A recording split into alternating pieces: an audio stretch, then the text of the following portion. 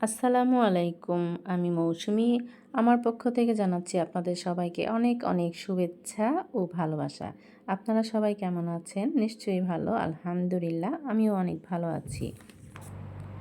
আজকে আমি দেখাবো চাল কুমড়া ভাজি মাছের মাথা দিয়ে। এখানে আছে মাছের মাথা, চাল কুমড়া কুচি, পেঁয়াজ কুচি, হলুদ মরিচ তেল। আমি তেল গরম করে নিলাম। এখানে আমি তেজপাতা আর পেঁয়াজ কুচি দিয়ে দিলাম। এখন একটু নেড়ে চেড়ে নেব, একটু ভাজা ভাজা হওয়ার অপেক্ষায় থাকবো আমরা। এরপরে আমরা একটু লবণ দিয়ে নিলাম, একটু নেড়ে চেড়ে ভাজা ভাজা হওয়ার অপেক্ষায় থাকবো। ভাজা হয়ে গেলে আমরা এরপর দিয়ে দিব কাঁচামরিচ। কাঁচামরিচটা আমি আমার পছন্দ মতো দিয়েছি, এখন আপনারা আপনাদের পছন্দ মতো দিয়ে নিতে পারেন। কাঁচামরিচ পেঁয়াজ ভাজা হয়ে গেলে এখন আমি দিয়ে নিব আদা রসুন দিয়ে নিলে তারপর এটাকে আবার ভাজা ভাজা করব। আদা রসুন ভাজা হওয়ার অপেক্ষায় থাকব।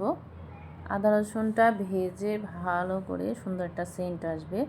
তারপর আমি এখানে দিয়ে নিব আপনার হলুদ মরিচ ধনিয়া, তারপর জিরার ফাঁকি, এগুলো আমি একসাথে মিক্সড করে রেখেছি।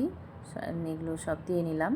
এটা আমার রান্নার সুবিধার্থে আমি করি। আমি অনেকগুলো একসাথে মিক্সড করে রাখি। রান্নার সময় আমার এত বক্স খুলতে ভালো লাগে না, অনেক ঝামেলা মনে হয়। আমার কাছে মনে হয় এটা করলেই অনেক সুবিধা আমার জন্য, তাই আমি এটা করি। এগুলো আমি দিয়ে নিলাম। দেওয়ার পরে এখন আমি একটু কষাবো। কষানোর হয়ে গেলে এখানে আমি একটু কষানোর অপেক্ষায় আছি, এখানে একটু অপেক্ষা করুন। এইবার দিয়ে দিলাম মাছের মাথা। মাছের মাথা দেওয়া হয়ে গেলে এটাও আমি কষাবো। কষানোর জন্য আমাদের একটু অপেক্ষা করতে হবে। ভালো করে নেড়ে চেড়ে নিচ্ছি যাতে মাছটা ভালো করে মশলা দিয়ে মাখানো হয়, না হলে আবার আপনার মাছের মাথায় একটু গন্ধ আসে। এই গন্ধ যেন না থাকে সেজন্য আমি সুন্দর করে একটু কষিয়ে নেব। মাছটা ভুনা করলে যেমন হয় সেই রকম আমি একটু জিরা ফাঁকি দিয়ে নিলাম আর একটু, যাতে দুর্গন্ধ না থাকে। মাছের মাথা একটু গন্ধ লাগে মাছের, এই জন্য আমি একটু পানি দিয়ে নিলাম। আবার কষাবো। কষিয়ে তারপরে এটাকে আমি একটু কষানোর জন্য ঢাকনা দিয়ে ঢেকে দেব, যাতে ভালোভাবে সুন্দর মতো এটা মাছের মাথা পুরা কষানো হয়ে যায়। অপেক্ষা করছি। এবার দেখুন আমার মাছের মাথাটা হয়তো হয়ে গেছে। আমরা হয়ে গেলে এটাকে একটু ভেঙে দিব। মাছের মাথা আরাম তো আর রাখা যাবে না, এটাকে ভেঙে দিতে হবে ভাজির জন্য। এবার আমরা ভাজিগুলো দিয়ে দিচ্ছি। ভাজিটা ভালো করে মিক্সড করে নিব। মিক্সড করা হয়ে গেলে এটাকে আবার আমরা ঢেকে দিব। আগে আমি একটু মিশিয়ে নিই। আপনারা আপনাদের সুবিধার জন্য যেভাবে হয় আমি আমার মতো করে দেখালাম, আপনারা আপনাদের মতো করেও রান্না করতে পারেন। যাই হোক, আমার মিক্সড করা হয়ে গেছে, এখন আমি এটাকে ঢেকে দিব। আমি কিছু সময় ঢেকে রেখেছিলাম, এখন আবার দেখব কেমন হয়েছে। এই তো প্রায় হয়ে গেছে, এখন আবার একটু নেড়ে নিই।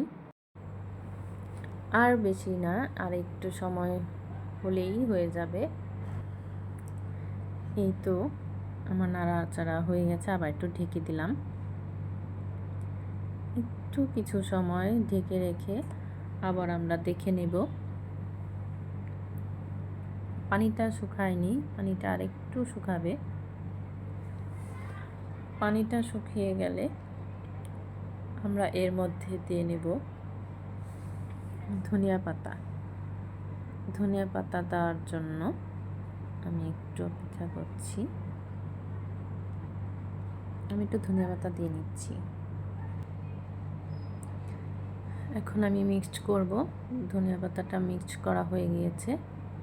এখন আপনাদের একটু লবণ চেখে দেখতে হবে, আপনারা আপনাদের মতো করে দেখে নেবেন। আমার মনে হয় আমারটা হয়ে গেছে, এখন আমি এটাকে নামিয়ে নেব। কেমন লাগলো আমার এই রেসিপি জানাবেন এবং নিজেরাও বাসায় করে খেয়ে দেখবেন। আল্লাহ হাফেজ।